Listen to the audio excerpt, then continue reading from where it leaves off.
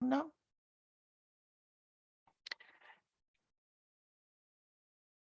El doctor con esta vasta experiencia nos va a hablar esta noche acerca de la leucosis bovina enzootica, en su experiencia en el análisis de las muestras y su experiencia como patólogo clínico. Doctor, esta noche estamos muy agradecidos y tecnología de su participación y su colaboración. Y bueno, para todos ustedes va a ser de gran enseñanza la presentación de esta noche. Bienvenido, doctor. Le dejo con los participantes para que usted los instruya. Muchas gracias. Doctora, muchas gracias por su presentación. Es un placer participar con ustedes en este tipo de eventos. Entonces, pues voy a compartir mi pantalla. Por favor, me indican si la están viendo. Por favor, creo que ya está ahí, ya está proyectado. ¿La están Sí, viendo todos? yo sí la puedo ver. Ok, listo. Pueden decirnos en el chat si ven la pantalla del doctor. Sí. Perfecto. Entonces, como primera medida, la primera pregunta que les tengo a ustedes esta noche es, ¿la leucosis bovina enzótica es un asesino silente? Esta pregunta quiero que la tengan ahí presente para que ya al finalizar la charla, ustedes mismos saquen sus propias conclusiones de si lo es o no lo es. Entonces, para que tengamos presente esa preguntita.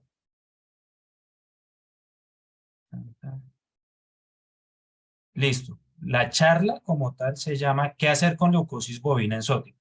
Mi nombre es Julián Andrés Z. Sánchez, yo soy médico veterinario. En este momento soy el director científico del Laboratorio Médico Veterinario LMB SAS en Bogotá. Ahí está mi correo electrónico por si tienen dudas, preguntas, necesitan asesorías desde la parte de patología clínica, también para hacer sus análisis, los que están acá en Colombia, en Bogotá, entonces pueden contactar. Esto empieza hace mucho tiempo en un laboratorio. No es hace mucho tiempo, es una anécdota que tengo que cae perfectamente para nuestra charla el día de hoy. Hace más o menos como a finales de marzo, principios de abril, me contacta un ganadero que había mandado o había realizado unos análisis en nuestro laboratorio, unos perfiles reproductivos de hembra y un perfil reproductivo de macho. En el perfil reproductivo de hembra, nosotros analizamos lo que es Paraneospora caninum, y IBR, rinotraquitis infecciosa bovina, diarrea viral bovina para P80 y 3 erobares de leptospira. Y en el perfil de macho, evaluamos lo que es rinotraquitis infecciosa bovina, diarrea viral bovina, los 3 erobares de leptospira y leucosis bovina. Entonces, él se comunica conmigo para que le asesore sobre esos resultados que había hecho pruebas para unas hembras y para unos machos. Durante ese transcurso de la conversación, mientras le explicaba todo lo que, los resultados que se habían emitido del laboratorio para el perfil reproductivo de hembra, pasamos ese tema, y hice su asesoría, le expliqué todos los resultados y pasamos al de macho. En el de macho, mientras estábamos conversando sobre los resultados, me pregunta que tuvo un resultado positivo a leucosis, que no tenía mucha información de qué era leucosis, que si era importante, que si era grave, qué hacía. Entonces, al no tener como el conocimiento sobre esa enfermedad, empecé a hacerle una asesoría, a hablarle sobre leucosis. Como primera medida, el cliente me pregunta, ¿qué es la leucosis? A lo cual, pues, yo le voy respondiendo que es una enfermedad, ¿sí?, infecciosa de origen viral, principalmente, pues, se tiende a dar en hatos lecheros por el tipo de manejo que se presenta, que es una enfermedad de alta epidemiología o de alta presentación a nivel mundial. no solamente está presente en Colombia, está presente a nivel mundial, que dependiendo los países hay algunas políticas de control de la enfermedad y otros no. Que a futuro nos puede llegar a tener pérdidas económicas. ¿Cuáles son esas pérdidas económicas? Esas pérdidas económicas las podemos clasificar en pérdidas productivas, reproductivas. eh, en las partes reproductivas, pues se han hecho como varios estudios, varias sí, análisis sobre esta enfermedad. Y algunos dicen que sí puede llegar a tener pérdidas económicas en la parte de reproducción, que sí puede afectar, otros que no. Es todavía algo que está en discusión. En la parte de producción, pues su vida útil no va a ser tan larga y no solo eso, sino que si se quisiera importar estos animales, su leche, su carne, siendo positivos a leucosis, no van a poder entrar a ciertos países. Entonces, pues ahí digamos que hay que tener presente como esta parte. Después me pregunta quién lo causa. Le digo que es un virus de la familia Retroviridae. Hace parte de la misma familia del VIH en humanos. Entonces, pues para que tengamos un poquito de, como de similitud que vamos como a encontrar con este virus, ¿sí? ¿Qué es importante tener en cuenta en este virus? Como todos los virus, vienen envueltos por algunas proteínas y algunas glicoproteínas, que en este caso, para lo que es el virus de la leucosis, tiene un antígeno interno de una proteína que es clasificada como la proteína P24 y un agente externo o de envoltura que recubre este virus, que es una glicoproteína que es la GP51. ¿Y qué nos va a causar esto? Este virus nos va a afectar principalmente la línea de defensa, que serían una parte de los linfocitos B. Van a atacar principalmente a estos linfocitos, integrando, porque este es un virus tipo ARN, entonces al ser ARN utiliza a este linfocito B para su reproducción y cómo hace la reproducción, por ser un retrovirus, a partir de esta cadena de ARN, va a sintetizar cadenas de ADN dentro de la célula y así poderse replicar y mantenerse dentro de este linfocito durante mucho tiempo.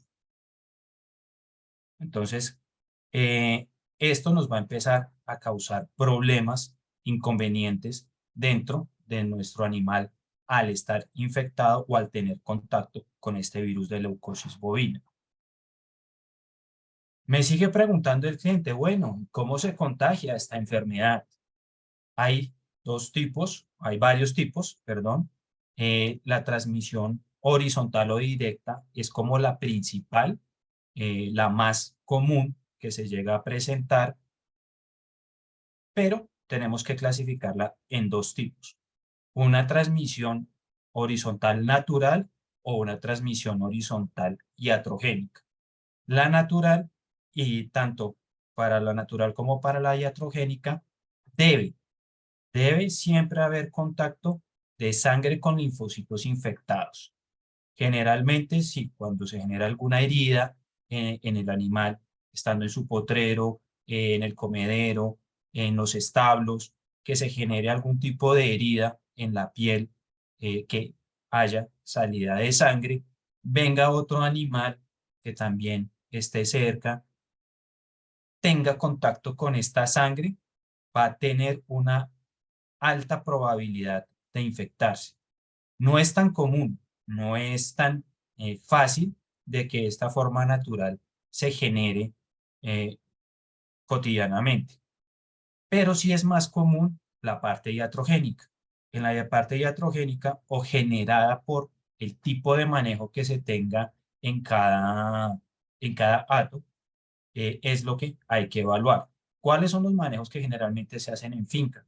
Principalmente lo que es palpaciones. En las palpaciones rectales, cuando realizamos este tipo de actividades, en algunos casos, cuando hacemos la palpación, sacamos nuestra mano, sacamos nuestro brazo y vemos que hay contaminación de sangre con esta manga. Posiblemente este animal esté infectado. ¿Y qué vamos a hacer? Si no hacemos cambio de guante, como ya llevamos esta sangre infectada, al pasar al siguiente animal, si hacemos también alguna lesión, alguna laceración en su mucosa rectal, vamos a proporcionarle esta sangre infectada y este animal se nos va a contagiar. Esta es una de las formas. La otra es la parte en la que hacemos vacunación o administración de medicamentos con jeringas y agujas. Generalmente en los planes vacunales que se generan dentro de los atos, ya sea por normatividad en ciclos de vacunación, como se hace acá en Colombia, en el ciclo de aftosa, o en los ciclos de vacunación que tengan propios de su finca, para de pronto agilizar un poco más el proceso para que los animales salgan rápido, podamos desocuparnos, que pues hay algunas ganaderías que manejan un buen número de animales. Utilizamos muchas agujas o agujas para muchos animales, ¿sí?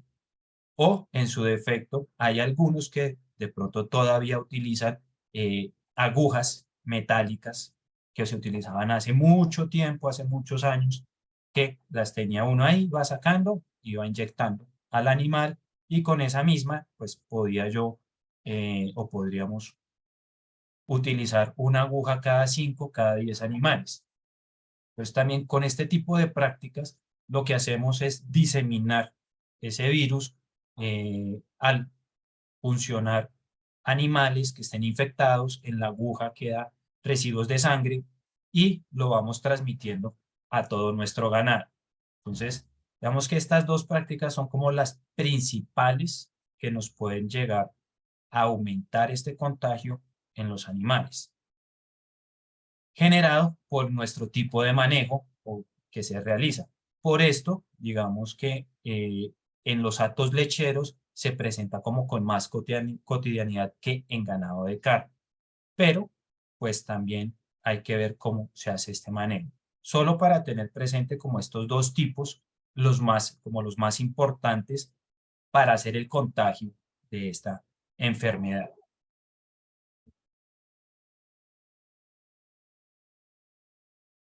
Existe otras, que es la transmisión mecánica, que generalmente se puede llegar a presentar sobre todo en lo que son climas cálidos o templados, donde haya presencia de moscas e insectos hematófagos.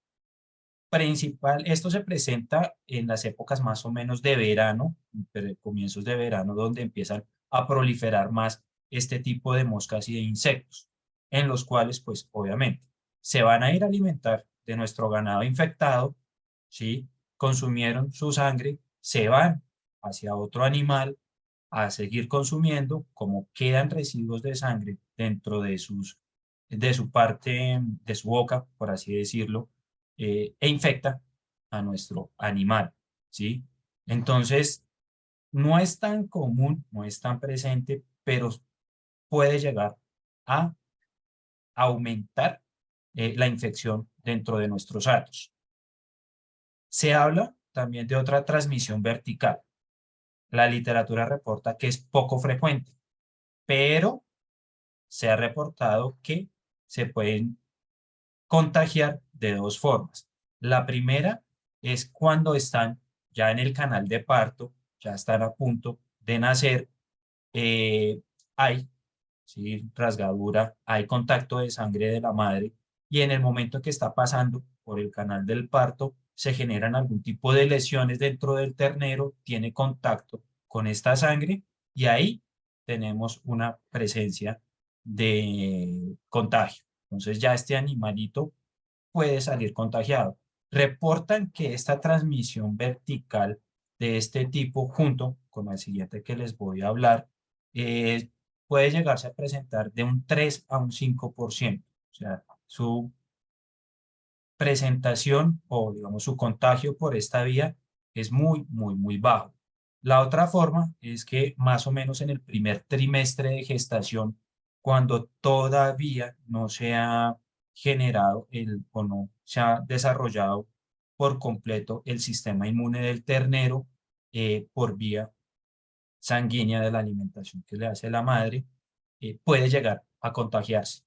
Esta segunda es mucho menos probable que pueda llegar a presentarse, pero la traigo aquí a colación para que la tengamos presente, para también en los momentos que tengan de los partos y sea asistido, revisar y mirar si es de una madre infectada, tratar de mejorar las condiciones de nacimiento de ese ternero para reducir la probabilidad de este contagio por esta vía. Después de esta charla, como de introducción al propietario, me dice, bueno, ¿eso qué produce? ¿Qué me va a generar esta enfermedad? Lo primero es que estos animales que quedaron infectados, que ya tienen el virus dentro de sí, van a quedar infectados durante toda su vida productiva, por así decirlo, hasta que o el animal muera o hasta que decidamos descartar, ¿sí? Pero siempre va a estar infectado durante toda su vida. Después de que este animal vaya a estar o quede infectado, se van a producir tres resultados posibles. El primero son animales infectados asintomáticos. Van a tener el virus dentro de sí, dentro de los linfocitos B, pero no van a mostrar ningún tipo de signología. La única forma de poder detectarlos es con alguna prueba diagnóstica, de la cual hablaremos un poco más adelante. Y pasa desapercibida. Entonces, pues estos animales que son infectados y son asintomáticos son los que nos van a empezar a propagar la infección dentro de nuestro hábitat. ¿Cuál es la segunda forma que se puede presentar? Animales infectados con linfocitosis persistente. Esta linfocitosis solo la podemos detectar cuando hacemos evaluación de un cuadro hemático, ¿sí?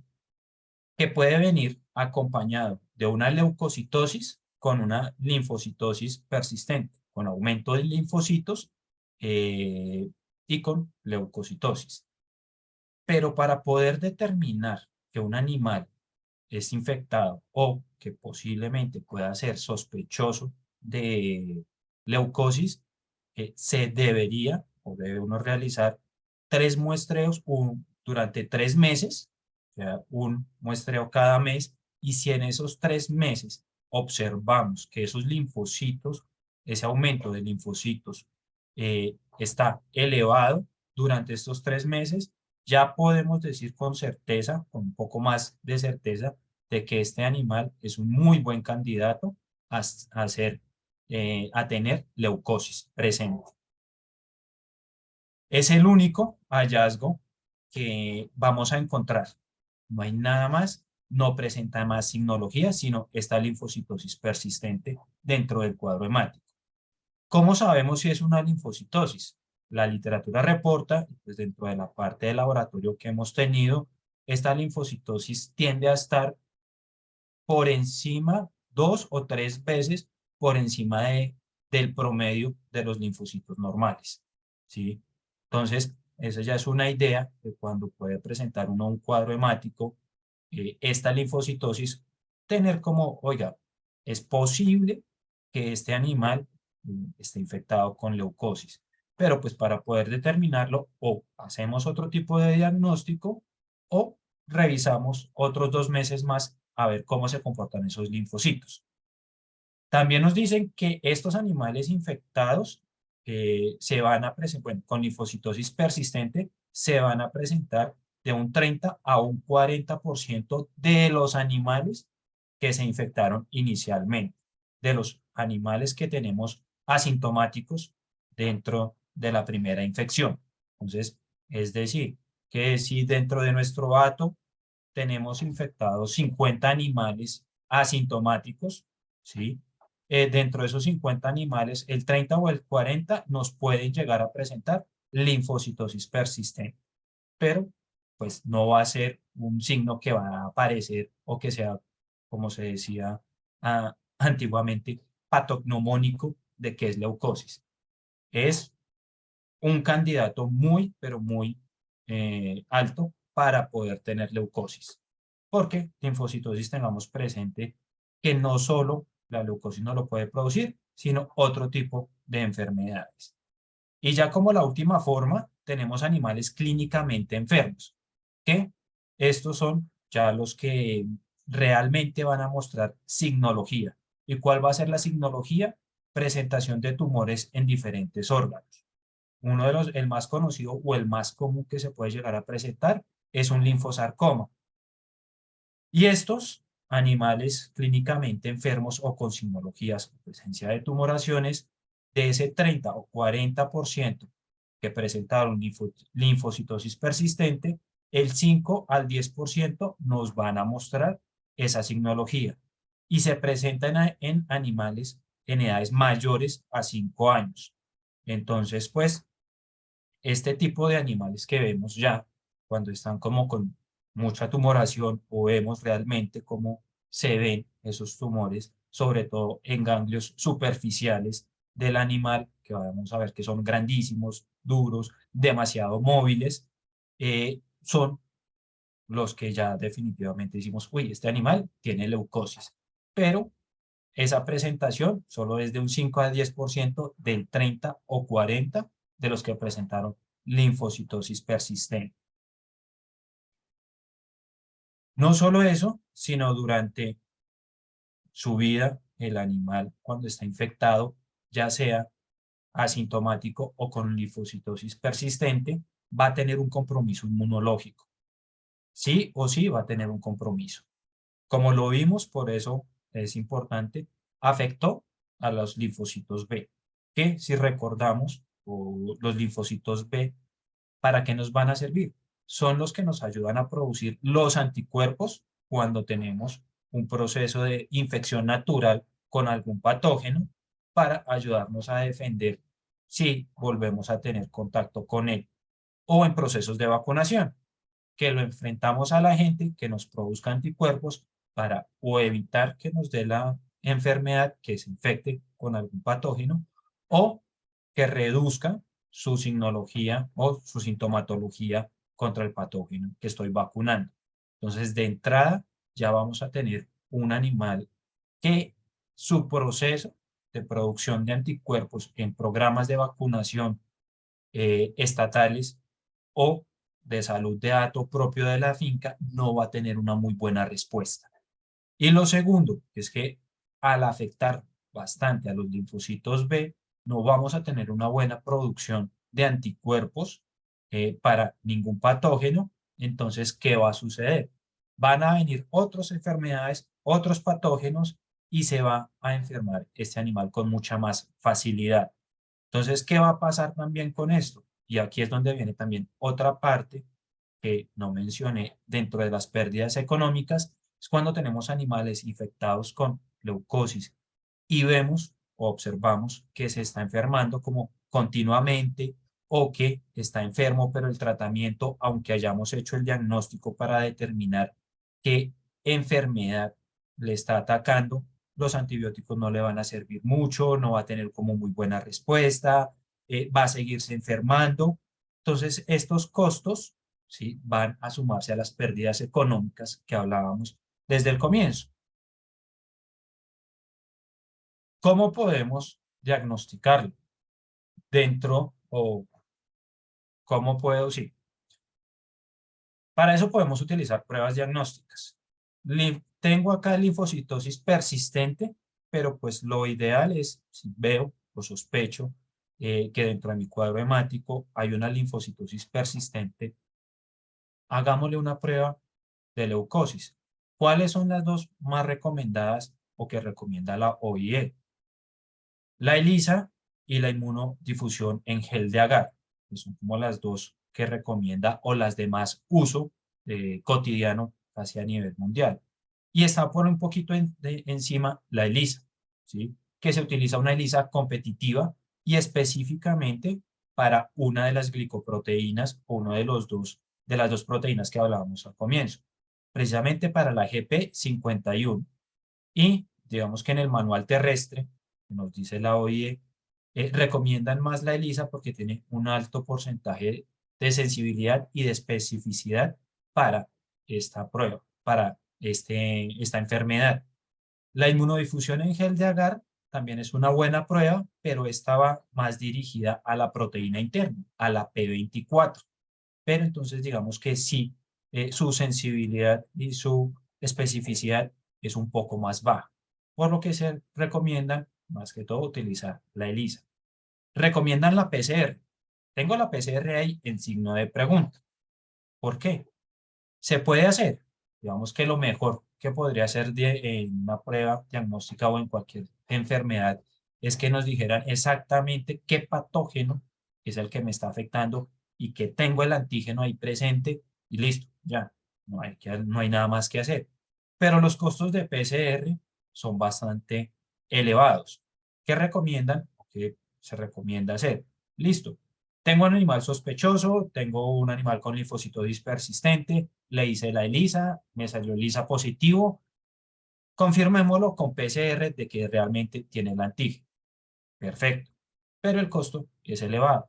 La PCR la están utilizando más que para diagnóstico, para trabajos de investigación, ya un poco más en la parte investigativa para aprender un poco, seguir aprendiendo más sobre esta enfermedad. Pero, pues dentro de nuestro medio, digamos que dentro de las posibilidades, tenemos ELISA o inmunodifusión y la más comercial es la ELISA. Y ahora, pues, ¿qué hago con qué tratamiento le hago? Me pregunta el propietario después de toda la carreta que le eché en ese momento. Pues no hay tratamiento y no hay vacuna, ¿sí? Que pueda decir uno, son eficaces, son efectivas, voy a hacer un tratamiento y voy a reducir, eh, eliminar este virus. Como es un retrovirus, han hecho bastantes estudios sobre esos tratamientos utilizando antivirales combinados con algunos antibióticos, con algunas otras moléculas, pero no ha sido efectivo. Lo mismo para las vacunas. Han experimentado o han investigado sobre muchas vacunas utilizando el virus atenuado, utilizando solo una pequeña fracción del virus, combinándolo con alguna otra bacteria, con otro virus que sea muy parecido al de la leucosis, pero tampoco ha tenido muy buenos resultados. Entonces, no hay tratamiento, no hay vacuna para esta enfermedad. Entonces, cuando uno dice esto, plantea esto, entonces, ¿qué es lo primero que se le viene a la cabeza? Pues madre, tengo que salir de mi animal, tengo que acabar con mi hato, voy a quedar en la ruina. Y ahí es donde ya venimos y la pregunta que me hace el propietario, el ganadero. ¿Y entonces qué hago? Lo primero es lo que tengo acá. ¿Existe normatividad gubernamental de erradicación o de control de la enfermedad? Eso pues lo dejo abierto, tenemos de diferentes países. Si la respuesta es sí, ok, listo. Entonces, si tu respuesta es sí, sigamos los protocolos que generan esas políticas. ¿Cuáles son generalmente esas políticas donde tienen implementado estos controles o este manejo para esta enfermedad? Que digamos que los que llevan la batuta es la Comunidad Europea, que ellos son libres de leucosis. Y como tienen este control, cada vez que se presenta, ¿qué hacen? Animal positivo, animal que se va a sacrificio, ¿sí? Porque hay unas políticas y dentro de esas políticas obviamente debe haber alguna colaboración para el productor de ganado bovino, sea de leche o sea de carne, para poder reemplazar este animal. Entonces, es seguir esas políticas de erradicación, si las hay dentro del país. Por ejemplo, nosotros acá en Colombia no tenemos ninguna legislación, ninguna normatividad, nada con respecto a este control sobre leucosis. Que ahí es donde viene. Si tu respuesta es no, entonces, ¿qué hago? Yo no puedo eliminar mis animales, ¿sí? Y como dato curioso o para tener presente también, acá en un laboratorio llamado Becol, hizo un estudio sobre esta enfermedad de leucosis, no tengo presente muy bien en qué año, pero muestrearon alrededor de 8.000 animales y encontraron que hay una prevalencia del 44% acá en Colombia. Entonces, ese es un porcentaje muy alto. Entonces, si al ser alto, si yo tengo en mi hato 100 vaquitas y a esas 100 vaquitas les hago la ELISA y 44 me salen positivas, yo no puedo eliminar mis 44 vacas de uno, porque es eliminar casi mi mitad de hato y al eliminar mi mitad de hato, ¿de qué voy a vivir? ¿De cómo voy a ser productivo? ¿De cómo voy a manejar eso? Entonces, ahí es donde viene. Debemos es controlar la diseminación de esta enfermedad. ¿Y cómo hacemos ese control de esa diseminación de esta enfermedad o de este virus? Lo primero es identificar los animales que tengo positivos. ¿Sí? Sí, es un costo que es grande, pues dependiendo el hato que cada uno tenga o que uno esté asesorando o sí, que esté uno evaluando. Entonces, pero lo ideal sería ir identificando esos animales, no para eliminarlos inmediatamente. No, oiga, hice mi identificación y perdí y tuve que sacrificar esos animales. No, ya los tengo identificados. Tengo mi primer paso. ¿Cuál es el segundo? Empezar a hacer una eliminación gradual. ¿Y qué es la eliminación gradual? Es bueno, identifiqué mis animales. Ok, tenemos animales mayores a 5 años. Ya vimos que solo un 5 a 10% van a presentar enfermedad. Entonces, esos animalitos que ya están llegando con una edad alta, pero que ya identificamos que tiene el virus, son los que deberíamos ir eliminando, ir sacando, ¿sí? Lo otro, pues también que se recomienda, es si se puede realizar, ¿no? Es ya después de que tengo mis animales identificados, separarlos por hatos. El hato infectado y el hato sano. Y tener un manejo diferente a cada uno. Si ya tengo el infectado, no voy a dejar que se me una con el que está sano y en los programas de vacunación, de palpación, de todo eso, pues los vamos a manejar por aparte, si se puede hacer, ¿no? Porque pues depende también de la programación que se pueda hacer en la finca. Utilizar aguja por animal es lo que se recomienda. Si tengo animales identificados, obviamente también dentro de mi hato, eh, cuando haga estos programas de vacunación, pues tratar de dejar los que están infectados de últimas y pasar primero los sanos, pero aún así es mejor utilizar aguja por animal, ¿sí? Para tratar de disminuir esta presentación de la enfermedad. Lo mismo que también uso de mangas de palpación por animal, ¿sí? Es lo recomendado, es lo que uno dice, es lo que puede hacer. Desinfección de materiales entre animales. Desinfección de materiales, ¿qué quiere decir eso? En muchos hatos, en muchas fincas, vamos a tener máquinas tatuadoras, hacemos descorne o hacemos pequeñas cirugías y lo hacemos, digamos, no lo vamos a hacer por un solo animal, sino en varios animales o descorne de los animales. No vamos a hacer a uno solo, sino lo hacemos en 5 o 10 animales, lo mismo a veces para las castraciones o para el proceso que vayamos a hacer dentro del área. Entonces, cada vez que utilicemos el material con un animal, tener nuestra solución desinfectante, hacer una muy buena desinfección y volver a utilizarlo en el siguiente. El control de moscas e insectos hematófagos. Es un poco complicado, no es tan fácil, dependiendo del sector donde uno se encuentre, dependiendo el piso térmico, dependiendo, ¿sí? Eh, la zona ambiental donde nos encontremos. No va a ser tan fácil, pero tratar de hacer un control de estas moscas e insectos para reducir esta diseminación. Lo ideal también es cuando se vayan a comprar animales, a hacerle una prueba de leucosis antes de que entre a nuestro hato, ¿sí? De que realmente es un animal que entró y fue negativo, que ya es diferente de que entró tu animal y a los 30 o 40 días voy a hacerle una prueba de leucosis. Ok, te salió positivo. Entonces, pero ¿cómo? Yo compré este animal y me salió positivo. ¿Cuánto tiempo lleva en tu finca? Más o menos 40 días. Ya en 40 días el animal se pudo haber infectado en tu finca. Entonces, antes de que entre un animal a tu hato, a tu finca, lo recomendable es hacerle una prueba de leucosis y que salga negativo, ¿sí? Con eso vamos reduciendo la presentación de la diseminación de la enfermedad.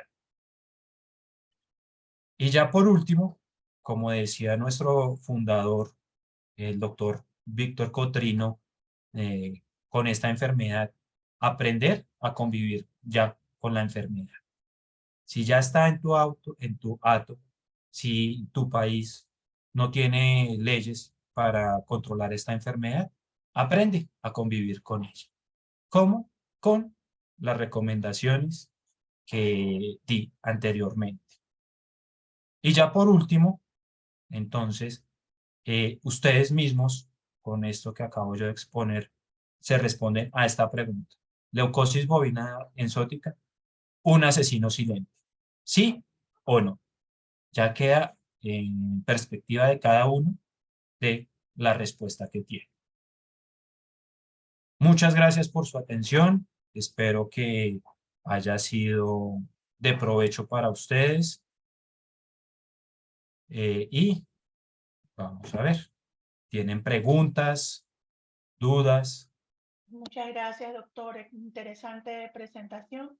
Aquí hay, creo que es un comentario de Dati Rosales que nos dice que el caso de la PCR, muchos trabajos la orientan para conocer el potencial de riesgo de diseminación viral en animales el ELISA positivo. Si tienes un animal ELISA positivo con linfocitosis y alta carga viral, puedes tomar decisiones de descarte en rebaños con alta prevalencia. Eso es así, doctor. Es correcto, ¿sí? En algunos países toman esto donde hay algún tipo de legislación que pueden colaborar, ayudan mucho para hacer esto. Y no solo eso, eh, independientemente de si tiene linfocitosis persistente, si es animal asintomático, ¿sí? Revisan y miran para ver cuánto es la carga, ni siquiera viral, sino proviral, para saber Correcto. qué tanto virus está produciendo. Y lo hace, ¿sí? No es tan común, no es tan económico, no es tan barato, pero sí lo hace, ¿sí? Que digamos, por eso yo decía, si hubiera la facilidad y la economía o la prueba fuera más económica y pudiera uno aportar a esta parte investigativa, uff, sería muchísimo mejor. Y no solo eso, sino también dependiendo de esas cargas provirales, puede ir uno determinando de entre las mismas razas, las que estamos manejando, cuáles tienen la capacidad de manejar un poco más o ser un poco más resistentes a este virus, ¿sí? Y así también ir haciendo el cambio. Oye, es decir, voy a decir un ejemplo. No tengo en este momento las razas que puedan ser menor o mayor. Bueno, en tu hato tienes esta Holstein, esta raza Holstein. Oye, esta es mucho más susceptible, cuando se infecte va a tener más carga proviral, a diferencia de un normando. El normando va a ser un poco más resistente, va a ser esto, y su carga proviral va a ser menor. Entonces, sí puede ayudar mucho a detectar estas cargas provirales en nuestros atos. Muchas gracias. Tenemos otra pregunta. ¿Tienes conocimientos de si hay diferencias en el impacto de la leucosis bovina a índices productivos entre ganadería de leche o de carne?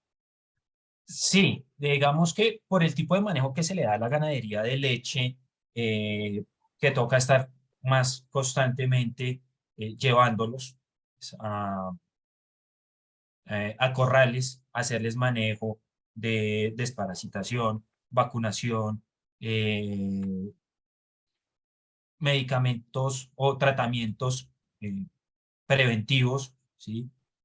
Es más concentrado, es más su manejo, es más su parte que intervenimos nosotros que en ganado de carne. En ganado de carne, ¿qué se hace generalmente? Dependiendo del tipo de explotación que se tenga. Porque pueden haber ganado de carne en estabulación o en ganado de carne como se hace acá, generalmente en los llanos orientales. Tengo mis terneros, mis machos, mis vacas, listo, ya están de 9 meses, 10 meses que ya pueden consumir pasto. Váyanse para un potrero y quédense allá hasta que cumplan los 24 meses. Cumplieron, listo, los ponemos más bonitos y los mandamos a, a sacrificio. Ok. ¿Cuánta intervención tuvimos nosotros ahí para la proliferación de este virus? Muy poca. A diferencia de otros en los cuales sus manejos no son tan eh, cotidianos, por así decirlo, no son tan diarios en movilización. En cambio, el ganado lechero, sí, el ganado lechero lo tenemos que manejar a diario, todos los días, en manada. En ganado de carne, no. Entonces, por el tipo de manejo en ganado de carne, su propagación o su diseminación es más baja que en atos lecheros. En atos lecheros. Los atos lecheros son los que van a tener más inconvenientes.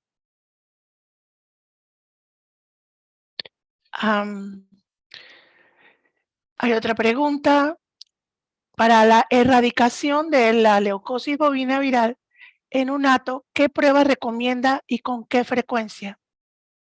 Ok, pues para la erradicación, sí, o sea, si lo planteamos desde las legislaciones que tenemos nosotros acá en Colombia y haciendo como esa eliminación gradual, obviamente, inicialmente deberíamos hacer un muestreo general de todo el hato, pero tiende a salir muy costoso.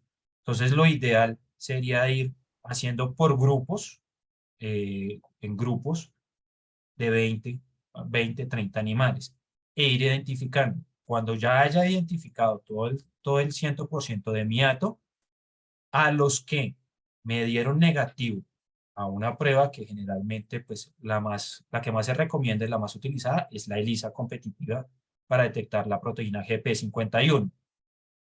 A los animales que me dieron negativo los debo evaluar cada 3 meses, ¿sí? Para ver si se me han infectado, si me aparecen nuevos infectados o siguen siendo negativos. Si quiero tener realmente ya un hato completamente libre de leucosis, debo hacer la evaluación de todos los animales que me salieron negativos cada 3 meses, por lo menos durante un año. Ya después de ese año, obviamente, si tenemos control sobre los animales que ingresan, que ya haya eliminado todos mis positivos y todo animal que yo compre sea negativo, debo seguirlo evaluando por un año. Si ya en un año tengo todo mi hato completamente libre a la prueba de ELISA, ok, listo. Para no perder control, hacer una evaluación cada 6 meses, por lo menos por otro año, para tener un 100% de seguridad de que tengo mi hato completamente libre. Pero lo recomendable es, después de identificar mis positivos, a lo que me quedó negativo, cada 3 meses, hacer la evaluación con ELISA competitiva. Perdón. Bueno, doctor, a ver, ¿alguna otra pregunta? ¿Alguien tiene una pregunta para el doctor? Ha sido muy ilustrativa su charla del día de hoy. Agradecemos mucho su participación y todos los comentarios. Recordamos que dejen sus correos para constancia y cualquier pregunta que quieran hacer también la pueden dejar en el chat si no la quieren en este momento, se les contestará más adelante. Muchas gracias, le están agradeciendo la participación, los comentarios la excelente charla del día de hoy.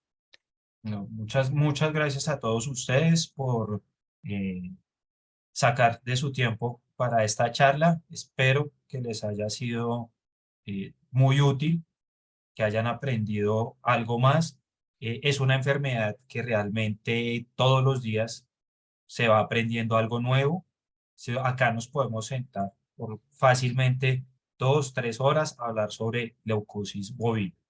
Entonces, pues que esto les haya enriquecido algo más en su día a día. Y muchas gracias por su atención. Muchas gracias, doctor. Muchas gracias a los participantes. Los esperamos nuevamente en finales de junio con otro de nuestros webinars con un interesante expositor como el que hemos tenido el día de hoy. Buenas noches y estén bien. Hasta luego. Gracias, doctor. Muchas gracias, doctora. Que todos tengan una buena noche.